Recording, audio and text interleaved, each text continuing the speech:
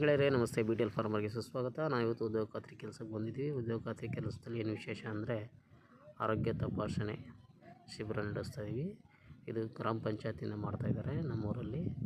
ಅದು ಯಾವ ಥರ ಮಾಡ್ತಾರೆ ಅಂತ ನಿಮಗೆ ಈ ವಿಡಿಯೋದಲ್ಲಿ ತಿಳಿಸ್ಕೊಡ್ತೀನಿ. ಇದಕ್ಕೆ ಯಾವುದೇ ರೀತಿಯ ದುಡ್ಡು ಇರೋದಿಲ್ಲ, ಫ್ರೀ ತಪಾಸಣೆ ಇರುತ್ತೆ.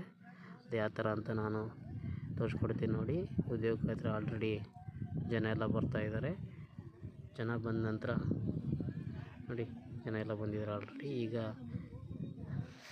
ಶಾಮೆ ನುಡಿತಾ ಇರೋದು ಉದ್ಯೋಗ ಖಾತ್ರಿ ಹತ್ರ.